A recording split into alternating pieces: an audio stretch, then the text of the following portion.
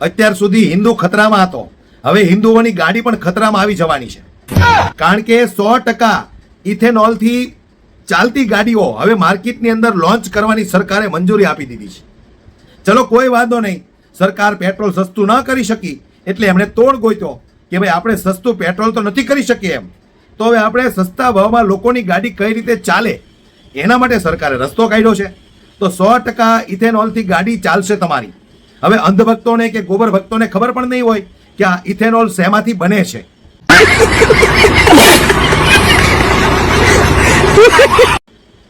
સાચી વાત કે નહીં?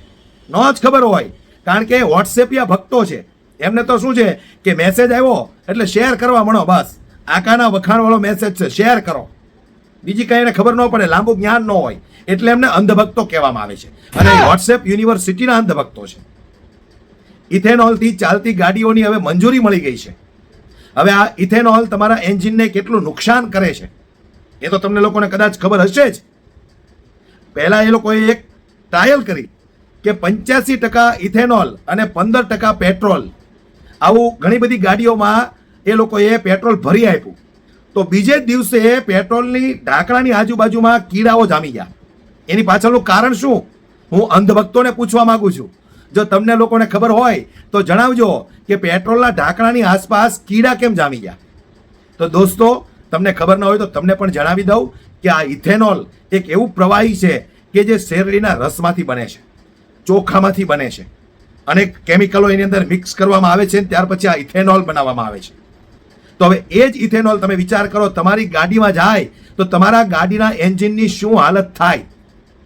તો એમનો પણ આ લોકોએ રસ્તો કાઢી કાઢ્યો, કારણ કે આ લોકોથી હવે ભાવ ઘટાડો થાય એમ તો છે જ નહીં.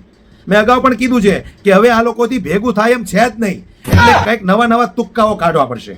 પણ એ તુક્કા, દરેક તુક્કા એવા હશે કે જેનાથી જનતાને જ માર પડશે.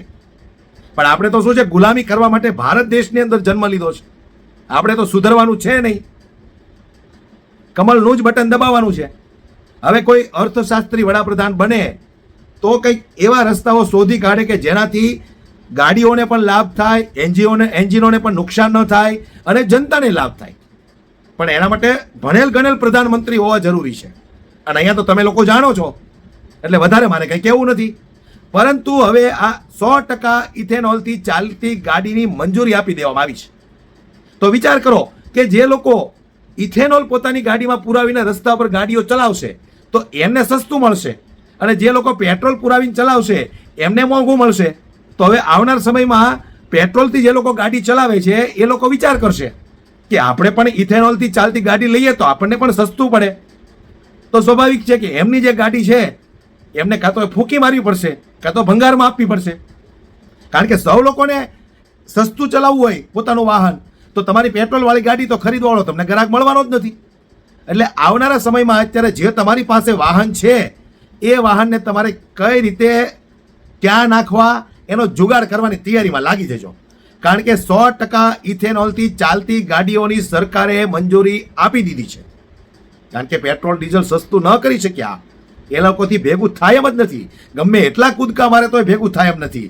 આજે હું દેશના વડાપ્રધાનને પૂછવા માંગુ છું કે જે તે સમયે પેટ્રોલની અંદર માત્ર 50 પૈસા કે ₹1 ભાવ વધતો હતો, ત્યારે તમે દિલ્હીમાં બેઠેલી સરકાર ઉપર જે આક્ષેપો લગાવતા હતા, અત્યારે કદાચ તમે એ વિડીયો જુઓ તો તમને શરમ આવે છે કે નહીં? નહીં આવતી હોય. કારણ કે શરમ જેવું આ લોકોની અંદર કઈ વસ્તુ છે જ નહીં. નહીતર જે તે સમયે ₹58 પેટ્રોલ ₹58.50 પહોંચતું તો આખી ભારતીય જનતા પાર્ટીની આ ટોળકી દિલ્હીમાં બેઠેલી સરકાર ઉપર તૂટી પડતી હતી. સાથે સાથે અંધભક્તો પણ તૂટી પડતા, પણ એ સમયે અંધભક્તો ઓછા હતા. અત્યારે જ્યારે દેશના વડાપ્રધાન નરેન્દ્ર મોદી છે તો એમની સાથે સાથે અંધભક્તોની તાકાત પણ વધી ગઈ છે, એટલે બધા લોકો તૂટી પડે. પણ અંધભક્તોને મારે એટલું કહેવું છે કે જે તે સમયે તમારા આકા 50 પૈસા કે ₹1 વિરોધ કરતા હતા, અને એ સમયે પેટ્રોલ ₹57-58 હતું, આજે ₹100 પાર થઈ ગયું છે. તો તમારી અંદર છે વિરોધ કરવાની તાકાત? નથી. કારણ કે તમારા બાપ દાદાએ ગુલામી કરી હતી, તમે પણ ગુલામી જ કરો છો, અને તમારો બીજો કોઈ રસ્તો નથી ગુલામી સિવાય. પણ ખેર, જે હોય તે. હવે ઇથેનોલથી ગાડી જે 100% ચાલશે એ ગાડી તમે વસાવશો તો તમારી જૂની ગાડીને તમે કબાડીમાં આપશો કે કોઈને વેચી મારશો? મને કોમેન્ટ બોક્સમાં દોસ્તો જરૂરથી જણાવજો અને સરકારનો આ નિર્ણય તમને કેવો લાગ્યો એ પણ ચોક્કસથી જણાવજો. જય હિન્દ.